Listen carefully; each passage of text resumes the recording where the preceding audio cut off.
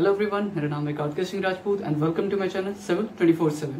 Last lecture में हम लोगों ने विक्ट्री ओवर बिहार यानी कि बैटल ऑफ बक्सर देख चुके थे कि किस तरीके से अंग्रेजों ने एक तिकड़ी सेना में कौन थे, दिल्ली के मुगल और अवध के नवाब और ये बंगाल के जो हटा दिया गया था मीर कासिम की वो नवाब, इन तीनों की तिकड़ी को कैसे जो है ब्रिटिशर्स हरा देते हैं in the battle of Buxar अपने पूरे सैन्य क्षमता के दम पर। वो हमने बैटल ऑफ बक्सर में देख लिया था। अब आगे हम लोग जो और छोटे छोटे प्रांत थे जिनको ब्रिटिशर्स कब्जाना चाहते थे अपने फायदे के लिए, वो हम पढ़ने वाले हैं। उसमें सबसे पहला प्रांत जो कब्जाने में सफल हुए वो है मैसूर का किंगडम। मैसूर का किंगडम जो आज प्रेजेंटली हम लोग कर्नाटक कहते हैं, वो उस समय मैसूर का किंगडम हुआ करता था। तो आइए एक बार इसको हम लोग जरा मैप में फॉर्म में देख लेते हैं कि कैसे करें।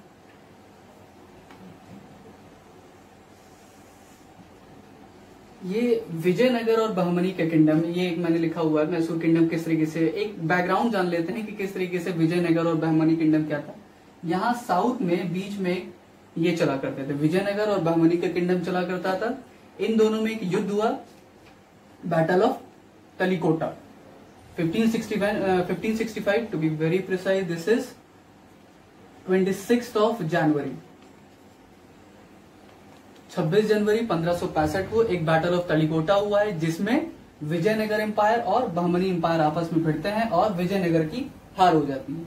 फिर ये विजयनगर के हार के बाद और जो है ये छोटे छोटे कुछ और राज्य उभरने लगते हैं, जैसे कि ये मैसूर का किंगडम आप लोग देख सकते हैं। यही कर्नाटक किंगडम आगे चल के कर्नाटक हुआ है। मैसूर किंगडम, कर्नाटक को पहले मैसूर कहा जाता था। दक्कन में जैसे कि यहाँ के निजाम हुआ करते हैं, जैसे हैदराबाद के निजाम, और यहाँ पे मराठन पाव। कहने का मतलब किस तरीके से ऐसा ये जो विजयनगर किंगडम था क्षेत्रीय छोटे छोटे राज्यों में टूट गया। और हम लोग आज के इस अपने लेक्चर में ये इस मराठन एम्पायर को मराठन एम्पायर कह रहा हूं, ये जो मैसूर का किंगडम है इसको हम लोग ध्यान से देखने वाले हैं कि किस तरीके से इसमें आगे आगे चीजें बढ़ी हैं। तो चलिए शुरू करते हैं। मैसूर का किंगडम, जैसे कि जब ये मैंने बताया कि जब विजयनगर और बहमनी में युद्ध हुआ, दोनों डायनेस्टीज में युद्ध हुआ 1565 में बैटल ऑफ तलीकोटा जब युद्ध होता है तो कई किंगडम आपस में, ये विजयनगर का एम्पायर जो है वो थोड़े थोड़े टुकड़ों में टूट जाता है। उसमें एक एम्पायर निकल के आया मैसूर का एम्पायर। मैसूर के एम्पायर में एक वंश हुआ करता था वाडियार वंश। ये मैसूर में एक बहुत ही बड़ा एक राज्य उभर के आया, वाडियार वंश, जिसकी स्थापना की थी चिक्का कृष्णराज ने इस चीज की स्थापना की थी, वाडियार वंश की। अब चिक्का कृष्णराज के बारे में कुछ हम लोग ये जान लेते हैं कि चिक्का कृष्णराज के दो मेन सेनापति हुआ करते थे, एक थे नंदराज और दूसरे थे देवराज। ये नंदराज के सेना में एक सिपाही भर्ती हुआ जिसका नाम था हैदर अली। इसी हैदर अली के बारे में हम लोग पढ़ेंगे क्योंकि यही एक तरीके से मैसूर किंगडम को आगे बढ़ाता है। कैसे कि जो है ये शामिल होता है नंदराज की आर्मी में, धीरे से सिपाही रहता है, छोटा सा सिपाही रहता है, फिर अपने सैन्य क्षमताओं के दम पे आगे बढ़ते बढ़ते जो है 1760 तक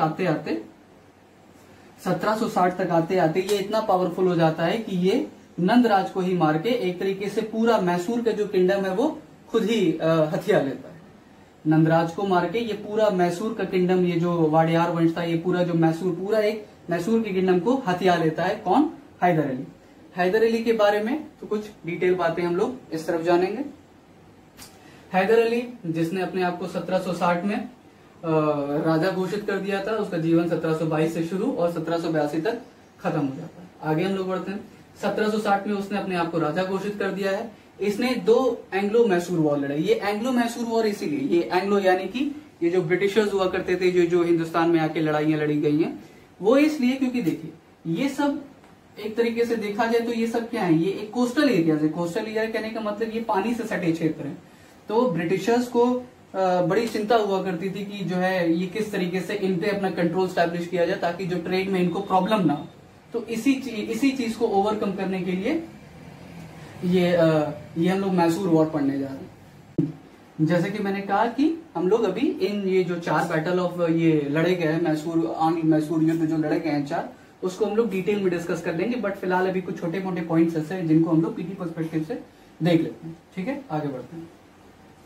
जो 2 एंग्लो मैसूर वॉर ये जो हैदर अली लड़े हैं, दैट इज फ्रॉम 1767 से लेके 1769, ये पहला एंग्लो मैसूर वॉर है। दूसरा लड़ा गया बिटवीन 1780 से 1784। अब यहाँ पे एक ध्यान देने वाली बात ये है कि ये जो 1780 से लेके 1784 ये 4 साल का दूसरा एंग्लो मैसूर वॉर लड़ा गया है, उसी के दौरान ये 1782 में हैदर अली की वॉर में ही मृत्यु हो जाती है, वो खत्म हो जाते हैं। अब कहने का मतलब बट वॉर तो जो है 2 साल और एक्सटेंड हुआ है, तो इस 2 साल के एक्सटेंडेड वॉर को कौन लड़ा? उसके लड़के ने, दैट इज टीपू सुल्तान। ठीक है, तो हैदर अली का एक तरीके से किस्सा यहीं खत्म हो जाता है। हम लोग का क्या है कि 1760 में उसने अपने आप को राजा डिक्लेयर किया। 1767 से लेके 1769 में इसने पहला एंग्लो मैसूर वॉर लड़ा है। 1780 से लेके 1784 तक दूसरा एंग्लो मैसूर वॉर चला है, जिसमें जो है 1780 से लेके 1782 तक हैदर अली ने एक्टिवली पार्टिसिपेट किया, क्योंकि 1782 में उसकी मौत हो जाती है। और फिर 1782 से लेके एक 1784 का जो वॉर है, सेकेंड एंग्लो मैसूर वॉर, वो उसके लड़के ने लड़ा, टीपू सुल्तान। तो आइए कुछ पॉइंट्स टीपू सुल्तान के बारे में हम लोग जान लेते हैं। टीपू सुल्तान अपने पिता के मरने के बाद, हैदर अली के मरने के बाद 1782 में वो राजा बनता है। इसने तीसरे और चौथे एंग्लो मैसूर वॉर लड़े हैं। तीसरे चौथे कौन? 1790 से लेके 1792 तक थर्ड एंग्लो मैसूर वॉर चला, और 1799 में फोर्थ एंग्लो मैसूर वॉर चला। ये 1799 ही क्यों? क्योंकि 1799 में यानी कि फोर्थ एंग्लो मैसूर वॉर में ही इसकी मृत्यु हो जाती है, ये भी खत्म हो जाता है। ये मैंने पॉइंट इस चीज को लिखा हुआ है, death during the fourth Anglo Mysore war, that is 1799 में ही इसकी भी मौत हो जाती है। कुछ टीपू सुल्तान से एक दो और पीटी पर्सपेक्टिव से एक दो और पॉइंट्स निकल के आते हैं कि थॉमस मुनरो जो कि एक ब्रिटिश अधिकारी हुआ करते थे, उन्होंने टीपू सुल्तान को रेस्टलेस सोल, कहने का मतलब अशांत आत्मा की एक तरीके से उपाधि या टाइटल दी। क्या? अशांत आत्मा, रेस्टलेस सोल। किसने कहा है? थॉमस मुनरो को। किसको कहा गया है? ये टीपू सुल्तान को। तो ये पीटी पर्सपेक्टिव से आप लोग इस चीज को क्लियर रखिएगा। अब नेक्स्ट हम लोग चलते हैं टीपू सुल्तान के। इसने ट्री ऑफ लिबर्टी लगाई। ट्री ऑफ लिबर्टी फाउंड करना मतलब एक स्वतंत्रता का एक, जैसे कि एक प्रतीक माना जाए, जिससे एक तरीके से पेड़ की एक मतलब वो फाउंडेशन मतलब रखाई गई, कि मतलब था कि इन 1794। ये सब डेट्स बहुत इंपॉर्टेंट है आपके लिए, क्योंकि ये डायरेक्ट क्वेश्चन आपसे पूछेगा कि ये ट्री ऑफ लिबर्टी किसने लगवाई, या जो है कब लगवाई और कहाँ लगवाई। तो दैट इज इन श्रीरंगपट्टनम। ठीक है, आगे हम लोग बढ़ते हैं। ये एक पीटी पर्सपेक्टिव से आपके लिए बहुत ही इंपॉर्टेंट है, इस चीज को ध्यान रखिएगा, बहुत इंपॉर्टेंट है। टीपू सुल्तान ने फ्रेंच आर्मी के साथ मिलकर या फ्रेंच रिपब्लिकन ऑर्गेनाइजेशन के साथ मिलकर एक क्लब की स्थापना करवाई थी, that is Jacobin Club of Mysore in Srirangapatnam, that is in 1794। 1794 में Jacobin Club of Mysore establish करवाया था। इस पे डायरेक्ट क्वेश्चन आता है कि किसने जो है जैकोबिन क्लब ऑफ मैसूर की स्थापना करवाई थी, कहां कराई थी। तो आई होप टीपू सुल्तान आपको क्लियर हो गया होगा। ये दो जो है ये मैंने ये इस पॉइंट को आप लोग अभी समझ भर लीजिए, बट जब मैं बैटल, ये जो चारों बैटल को जब डिटेल में एक्सप्लेन करूंगा, वहां ये चीज और अच्छे से आप लोग रिलेट कर पाइएगा। After the treaty of Srirangapatnam, ये श्रीरंगपट्टनम की ट्रीटी जो है वो थर्ड एंग्लो मैसूर वॉर के बाद हुई थी। ठीक है, जिस थर्ड एंग्लो मैसूर वॉर यानी कि 1790 से लेके 1792। ठीक है, और ये लड़ा था टीपू सुल्तान और ब्रिटिशर्स के बीच में लड़ा गया था। लॉर्ड कॉर्नवालिस उस समय ब्रिटिश आर्मी का जो है नेतृत्व कर रहे थे। उन्होंने क्या कहा कि I did not let my friends get stronger and destroyed my enemies too. कहने का मतलब इन्होंने ये कहा कि मैंने अपने दोस्तों को बहुत ज्यादा मजबूत भी नहीं होने दिया और अपने दुश्मनों को एक तरीके से पूर्णतः खत्म कर दिया। ये यहाँ पे ये दोस्त किसको रेफर कर रहे हैं अपना? ये दोस्त रेफर कर रहे हैं मराठा और ये हैदराबाद या डेक्कन के निजाम को। ये अभी हम लोग जब हम लोग चार्ट में समझेंगे कि किस तरीके से बैटल क्या शुरू हुई थी और किस तरीके से क्या उसके रिजल्ट्स आ रहे थे, वहां पे ये फ्रेंड्स वाला कॉन्सेप्ट आपको अच्छे समझ में आ जाएगा। और ये एनिमीज तो यही है, मैसूर किंगडम के टीपू सुल्तान की बात हो रही है। ठीक है, चौथे एंग्लो मैसूर वॉर के बारे में किसने क्या कहा है? लॉर्ड वेलेस्ली, जो कि उस समय नेतृत्व कर रहे थे। The kingdom of the east is in our footsteps, कह रहे हैं कि जो है ये जो भारत का ये जो ईस्ट का जो किंगडम है, जो कि यही सब ये मैसूर वॉर की बात हो रही है, ये हमारे कदमों में आ चुका है।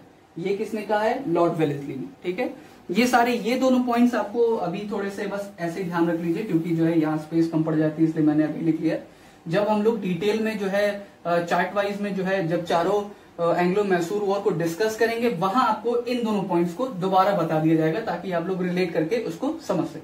ठीक है, तो अभी हम लोग ये जो चारों वॉर जो है एंग्लो मैसूर वॉर उसको हम लोग डिस्कस करेंगे।